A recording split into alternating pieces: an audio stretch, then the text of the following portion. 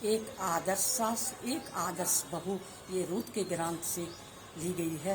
अध्याय 1, 2, 3 और 4। न्यायकर्ताओं के शासन काल में अकाल पड़ा, इसलिए यहूदा के बेतलेहम नगर के एलीमेलेक अपनी पत्नी नौमी और अपने दोनों पुत्रों के साथ महलोन और किलियोन को लेकर मोआब के प्रदेश में बसने गए। वहाँ पर एलीमेलेक मर गया। नौमी अपने पुत्रों के साथ रह गई। उसने अपने दोनों पुत्रों का विवाह मोआबी स्त्रियों ओरपा और रूत के साथ कर दिया। 10 वर्षों के पश्चात नौमी अपने पति और दोनों पुत्रों से भी वंचित हो गई। इसके बाद नौमी ने सोचा कि अपने स्वदेश लौट जाना चाहिए। मेरे स्वदेश में प्रभु ने अपने प्रजा की सुधि ली है, वहाँ अच्छी फसल है। वहाँ जाने के पहले नौमी ने अपने दोनों बहुओं से कहा कि बेटी, तुम लोग अपनी अपनी माँ के घर चली जाओ और वहाँ जाकर अपना घर बसाओ। दोनों एक दूसरे से लिपट कर रोने लगी।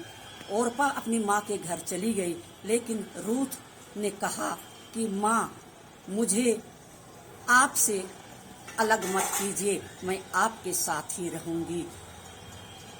आप जहाँ जहाँ जाएंगी वहाँ वहाँ मैं भी जाऊंगी। आपके लोग मेरे लोग होंगे, आपका ईश्वर मेरा ईश्वर होगा। आप जहाँ दफनाई जाएंगी वहाँ मैं भी दफनाई जाऊंगी। इसके बाद नौमी ने देखा कि रूत दृढ़ निश्चय कर चुकी है उसके साथ रहने के लिए, इसलिए उसको लेकर वो बेतलेहम नगर चली गई। बेतलेहम नगर जाकर रूत बोआज के खेतों में सिला बिनने जाती थी। बोआज एलीमेलेक का रिश्तेदार था। एलीमेलेक के रिश्तेदार बोआज ने रूत पर कृपा दृष्टि की और उसने अपने सेकों से पूछा, ये कौन सी लड़की है, किस परिवार की है?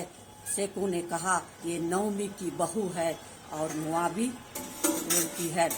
इसके पश्चात बोआज ने रूत से कहा कि तुम दूसरों के खेत में सिला बिनने मत जाना, तुम हमेशा यहीं आना। मेरे सेवक जिस घड़े में पानी भरेंगे उसी घड़े का पानी पीना और जो अनाज मिलेगा उसी को तुम ले जाना।